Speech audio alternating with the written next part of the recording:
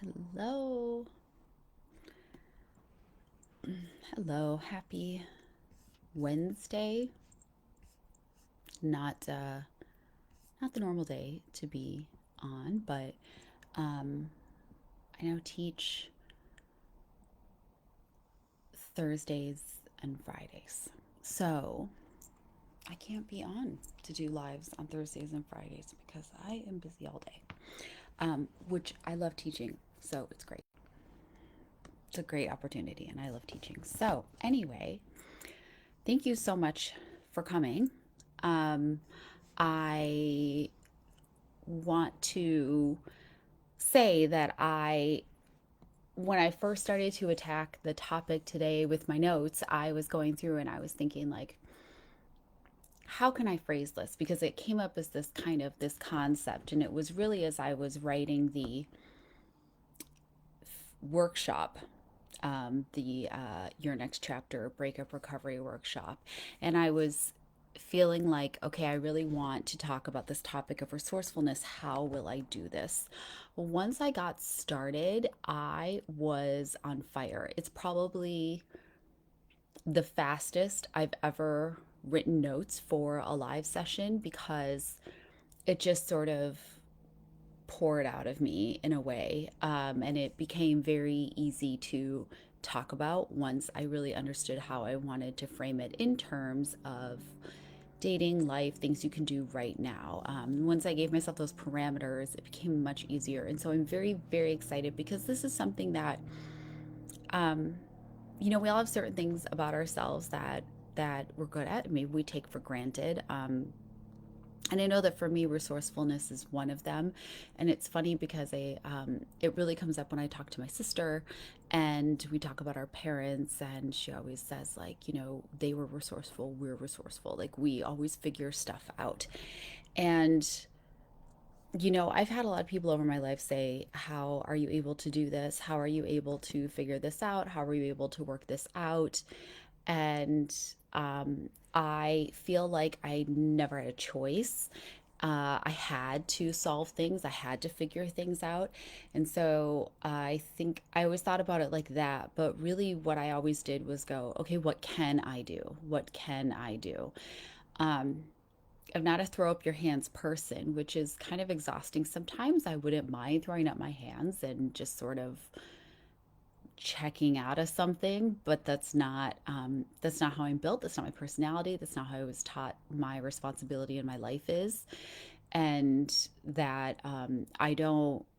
It's not my job to wait around for people to start things for me, um, and that one of my mantras. I have many.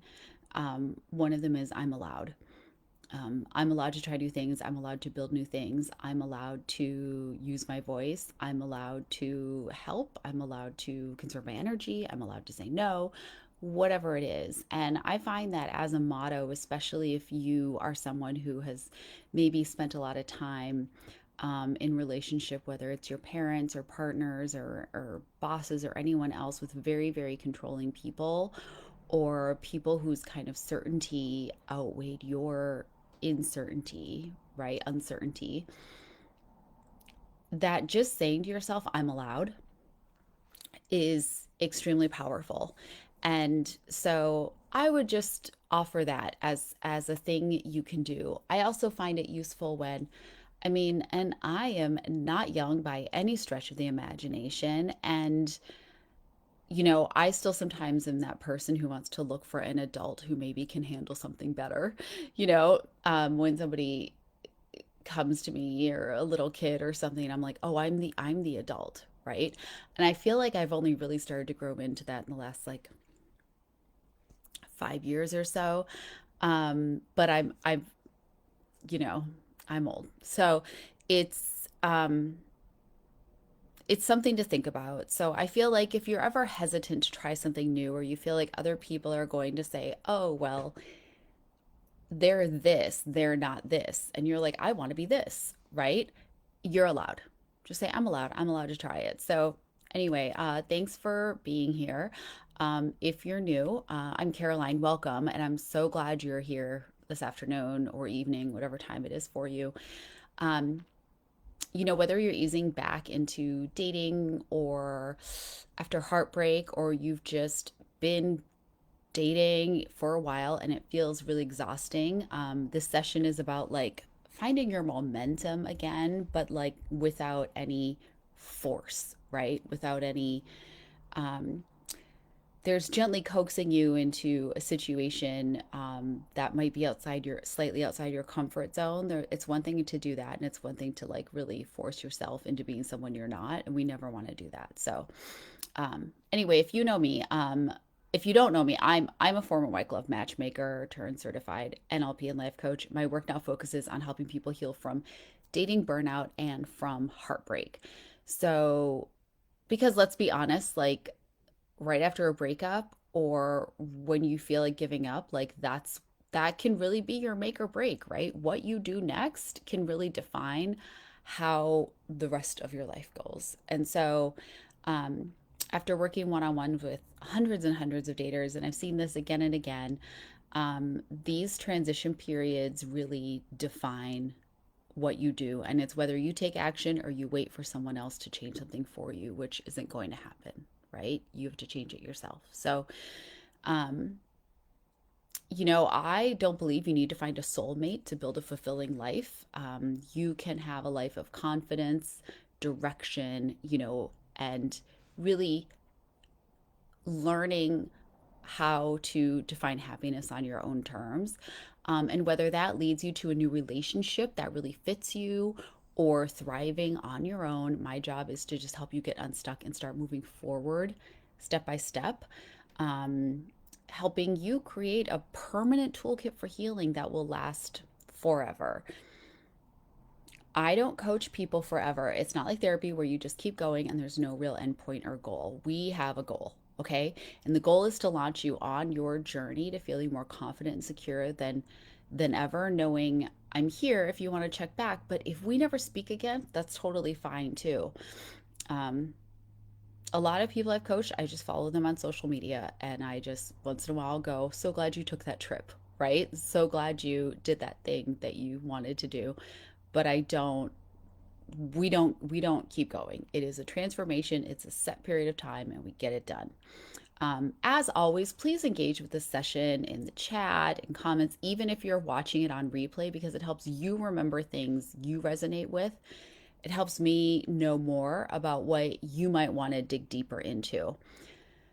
So, that said, drop a heart emoji if dating has felt confusing or discouraging lately, because what we're talking about today is how to make the most of what you have to create meaningful connections with people who are more likely to see you for who you are and to align with you, your goals and values. We want to shift your mindset from like, I need more to I already have what I need to move forward. Okay. So let's talk about what resourcefulness really means. It means using what you already have, which is like your time, your experiences, your creativity, your support to move forward, even when things aren't perfect, right? And it's the ability to find a way instead of waiting for the perfect conditions or more help to show up. So, in relationships or healing or dating, it looks like saying, I can work with this and making progress with what's in front of you. It is a key life skill everyone should cultivate because you will draw upon it again and again in all parts of life, right? So, most people think dating success means finding something outside of themselves. So, they want more matches, they want better timing, they want the right person. And I cannot tell you how, in explicit or even just implied terms, clients have told me this. They think in terms of like missing pieces or if only, but real resourcefulness is completely internal, right? It's using your self awareness, your values, your courage to make choices that move you closer to what you want. And it's looking creatively at who you are, what you already have to leverage it into the tools you need to reach your goals. You don't need perfect circumstances, you just need a willingness to work with what you already have. I want to tell you a story about a client. Okay. So, She was super accomplished. She she runs a consulting business for educational services, and she was really well educated. And at 45, she still used her Harvard email. You know that, like, the type of person that I'm talking about. And one of the things she told me is she wants someone intelligent. I mean, most people do, they just define it differently. And I mean, it's really my job to coax that definition out of people for clarity. Um, and she also said that he had to have an advanced degree, like a minimum of a master's from an Ivy League school. And I asked her why that was important, and she referred me back to her desire to have someone intelligent. And she also wanted someone driven in their career. She had built, her own business, and she really valued ambition and drive. And I asked why she's prioritizing this type of intelligence versus what I call functional intelligence, which some people may also just call street smarts. I like to think of it as applicable types of intelligence in areas of life that make your life better and easier for you or others. Like people who may not be the most well educated, but they're very charming and sincerely warm with others. And so people gravitate to them, they like them, and they want to help them. That's a very useful type of intelligence, right? That's going to make your life easier. It makes other people's lives better too. In Chinese astrology, if you know someone born in the year of the pig, you may know the person I'm describing here. Like, they're maybe not an awesome speller, but they are awesome to be around. Um, you can agree that's a useful type of intelligence, right? Like in this client's mind, street starts smarts meant uneducated, as if a person with functional intelligence would, if they had the choice, opt for book smarts instead, but they had to like just make do with what they had, which was just being resourceful. But who here knows someone who's super well educated, but the depth of their intelligence only appears when their special topic comes up? Otherwise, they're no more charismatic or engaging than really anyone else. So I definitely know those people. Once we discussed her prejudices around about how she defined intelligence and what types of intelligence actually make for a good partner, which is not the same intelligence as someone who's been published in academic journals. She started to open up. She started to examine her own beliefs and how she had used the wrong lenses to view people, and how holding those standards when she selected her ex husband had not resulted in the love and relationship that she wanted, right? So she looked deeper at herself, and we worked on defining what real relationship harmony and compatibility would look like for her based on who she is and not what she has accomplished. She is since happily partnered to a wonderful man who owns a very successful plumbing business with locations all around her state. Um, and if she had not stayed open minded, she would have passed him up. She became more resourceful in her dating approach, which allowed her to see him for who he really is and how he truly did align with her. So, next, I want to talk about the three pillars of resourceful dating. Um, so, number one is emotional resourcefulness. You want to recognize triggers and discouragement, but don't let them run the show.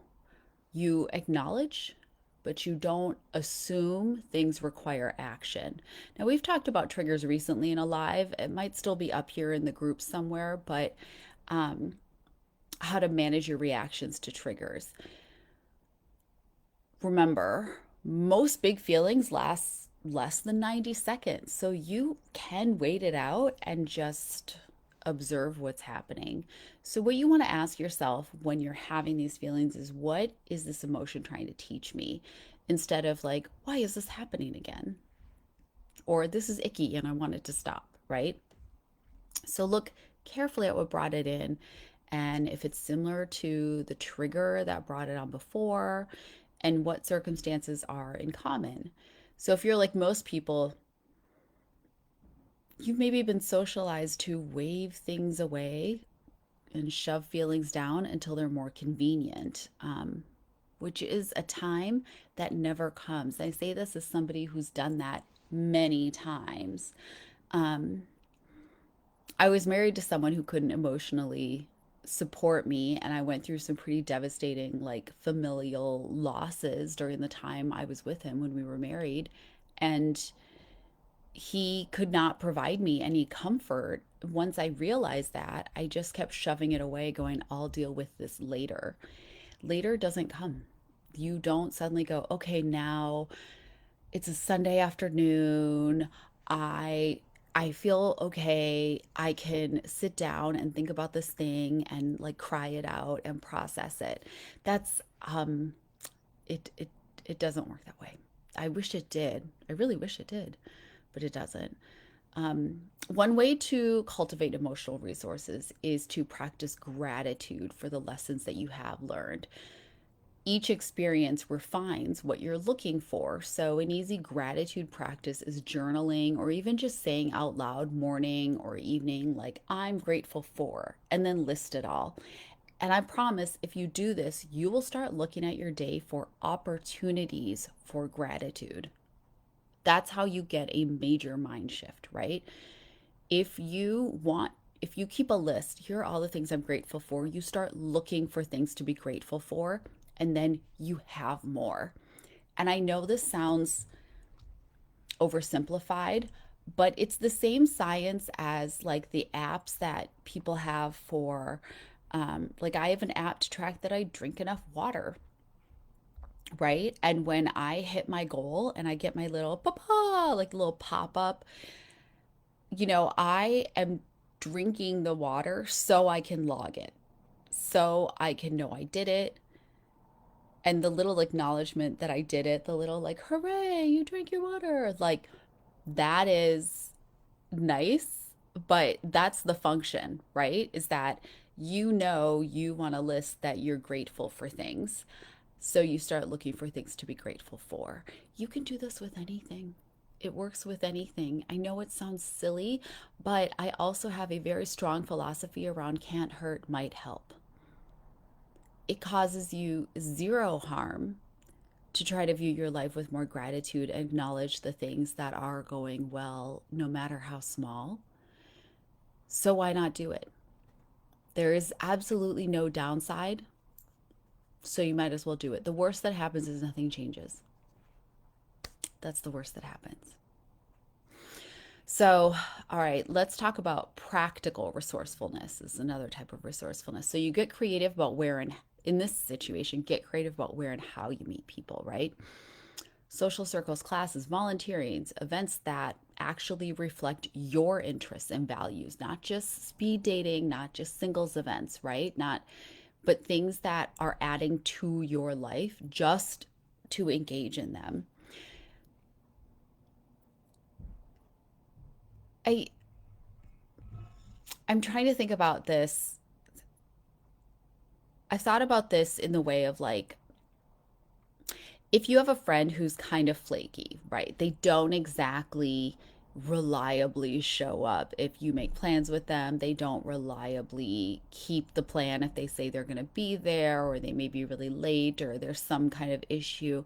You still like them, you still want to see them. There are situations where you're thinking, gosh, I really enjoy this person, but like there's anxiety and tension around actually making plans with them.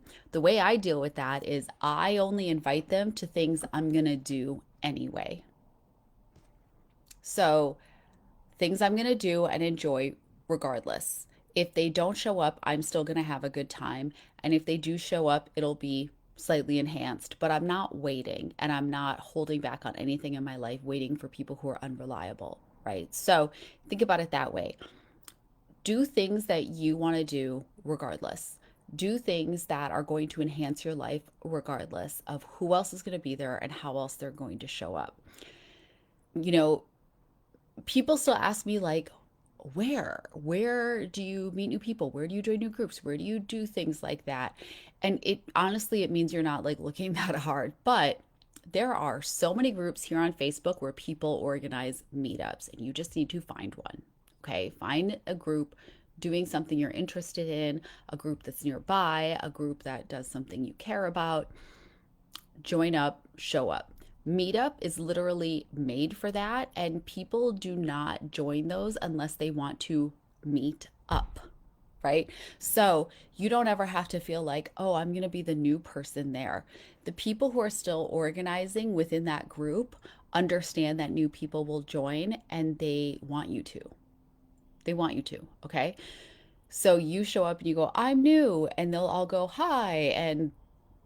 And if they don't and they're not friendly, then don't go. Don't go again. Don't stay. Don't go again. Right. But if you show up and you introduce yourself and you say, hi, I'm new, and people should be welcoming to you, and you'll get to meet new people. Okay. There's also like social media. Like, I mean, there's, in Seattle, there is someone who does long distance walking and she organizes now community walks and people get together. It'll be 100 people will get together in Seattle and go on a walk together. There are so many opportunities, okay? And there's the traditional opportunities like community centers, political activism, or activism in whatever it is you care about, right? Church, charities, these are all good options. But the real key for all of these is this is not transactional, okay? That means you are not going to just look for someone you want to date if you don't find them right away and then just give up. Like, I cannot tell you how many people do this. They go to an event once, and if they don't find anyone interesting or receptive to their advances, they just never go again. And this is really about building your life, doing things you care about while expanding your network, okay? Because you never know who someone knows, and investing in yourself and your values is worthwhile, you know? And go and be open about who you are and what makes you tick. And most of all, be super curious, right? Ask people about themselves. Most people have better impressions of people who ask questions to get to know them and remember things about them than people who only share things about themselves in response. I mean, if you've been online for 30 seconds, you have seen women complain that like men don't ask questions, get to know them. And I'm not trying to gender this, but that's just a very common thing. This is such an easy thing to fix. You can prep for a date. I have a whole guide to the first 4 dates of plans for you to have better quality dates by preparing and showing up as your best authentic self. And if you want to know how to get that guide, just comment guide whenever you watch this, or DM me and ask me for the guide, okay? Just make sure you don't avoid telling people you know that you are looking for someone, right? If you are, or if you're looking for new friendships, right? Whatever it is. But if you're looking to meet someone for dating, not everyone who is single is open to being fixed up. So most people, if they have any kind of modern day sensitivity at all, will not assume that just because you are single, you are looking. So you need to sell them. And then reframe dating as practice, not like a performance or the goal, right? You just keep showing up for yourself and keep refining how you communicate and what you're looking for. So it's not about winning or getting someone, it's about connecting with people because you both see each other for who you really are and you're curious and want to know more. Okay.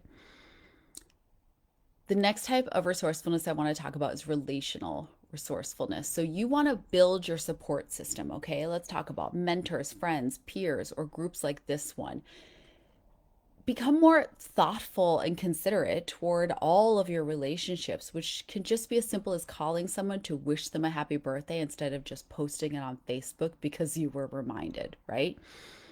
Small things add up, and people always like to know someone is thinking about them and wishing them well. And this is building your habit.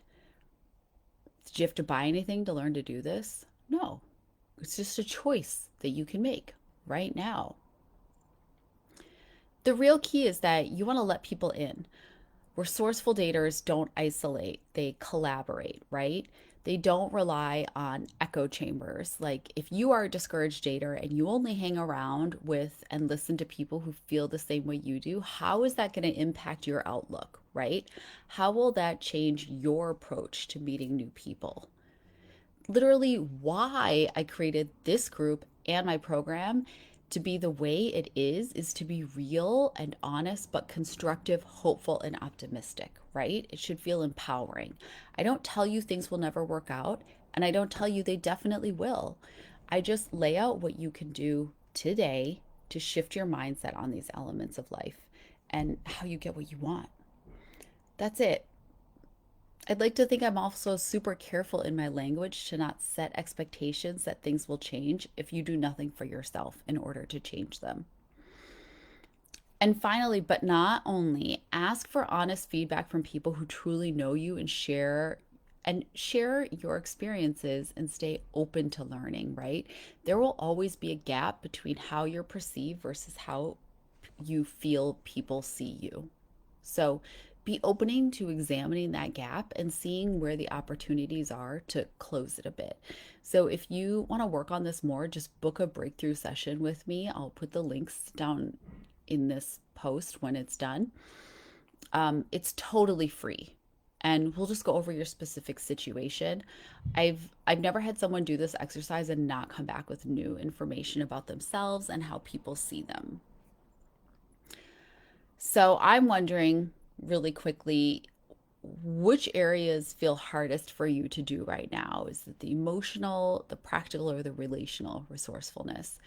So just drop it in the chat. And if you're watching the replay, remember, comment as if it's live. So let's talk about the common traps. I want to quickly review some common things that can keep you from being more resourceful and how you can shift your mindset around them. So, a common thing is that waiting until you feel ready. There is no perfect time for anything. The only perfect time is right now because it is the only time we know 100% exists. The past is over, it can't be changed. The future is always unknown and never certain. And if you want to do anything to improve something you want to improve in another day, month, year, decade, it will be the same as it is right this moment if you don't do anything, right? So whenever you feel yourself resisting change, ask yourself, what is the cost of me staying where I am, right? So if you picture yourself a year from now with nothing changing and then decide if there is a perfect time to do something. So it's like the newsletter I sent out last week. Like, we don't wait until January 1st. If you start something now, anything that you want to work on, that you want to change, like I'm very much stepping up my weightlifting right now, you will have results before 2025 is up. So where are you on your 2025 goals? It's not time to give up on them. You have time. Did you reach them? Because you still can if you start now. Another common trap is thinking confidence will come after success and not before. But have you ever heard fake it till you make it? Of course. Of course you have, right? This statement endures because it works. If you stand up straighter now and imagine yourself to be confident and make choices based on what would the ideal version of me do, then you will today start to become that person. But that's your choice, right? But if you wait for external forces to change you, or you're not going, you have no idea how long you're going to be waiting. Or you could be resourceful and you could have that change start now from within. Another common trap is assuming dating success equals finding someone fast, when real dating success is learning about other people and about yourself. So, learning what works and what doesn't. You know how people without kids seem to be like the most certain about how to raise a child? People who don't view dating as a practice of learning and re examining tend to sound the most certain about who they are and what they want. But then if they are working with me, they realize pretty quickly they made up a story not very grounded in facts, experience, and open mindedness. Last but not least, the another thing that holds people back is letting past heartbreak make your current decisions. So, if you're making decisions based on avoiding pain or protecting pain or reliving pain, we need to talk for sure. I did do a session on this. I think it's on YouTube now. If you want to catch it, you can comment pain or DM me and I will get you the link. Again, the past is over. All you need is to take the lessons with you and not bring the pain. There's kind of a joke that, like, almost every woman has met a man who had his heart broken when he was 13, and now he's just going to make everyone pay forever. And again, I don't want to gender it, but I've certainly met that person. And that is pretty much like the quintessential definition of letting some type of pain, like one achy feeling, one experience, define how you connect with people moving forward. So we want to reframe all of these things that commonly hold people back. Every small action, whether it's just saying yes to an invitation, not necessarily a date, right? Or updating your dating app profile with honesty and not like broad appeal of what you think people want to hear, or just not emotionally ghosting yourself, right? Is building momentum towards your goals. So I want to leave you with a couple of things. I want to talk about like a little mini exercise that you can do. So write down 3 resources you already have that can help you move toward connection. So examples would be supportive friends, clarity about your values, a community like this one, or like your willingness to try again. And then think, what is a small thing you can do this week, today, to use one of those resources? So please share it in the comments, even if you're watching this on replay. So let's think about, to recap, being resourceful in dating and in life and in all your goals means realizing you don't have to be perfect or healed or endlessly optimistic or have the perfect right timing to move forward and to do things, right? You just have to stay engaged with life and aware and be thoughtful about the steps that you're taking, right? Um, if you want structured support, join the Breakup Recovery Club if you're kind of nursing some pains, right? We do weekly guidance, structured support. Um, but better yet, the best thing to do is to always book a free breakthrough session if you're ready for personalized clarity on what's keeping you stuck.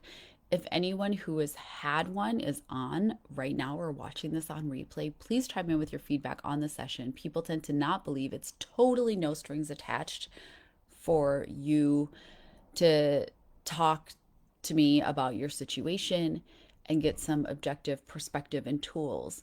You email, you schedule, it's all on my schedule. And then also share this group with someone you know who feels down about dating and their prospects, or they're kind of nursing a broken heart and wondering where they're going to go next. But I just want you to remember as we close out, and thank you for joining, even even when it feels like you're starting from scratch, remember that resourcefulness means that you are already equipped and you can use what is in front of you. Okay. So I don't think I can do live next week, but I will do one the week after. And if you have a topic you'd like me to address, always just let me know. Just reach out, comment on this, send me a DM, comment in the group, whatever. And I will work on addressing it. Okay. That's where I get most of the topic ideas, guys. Okay. I hope you all have a great rest of your week, and I will see you in the group. Bye.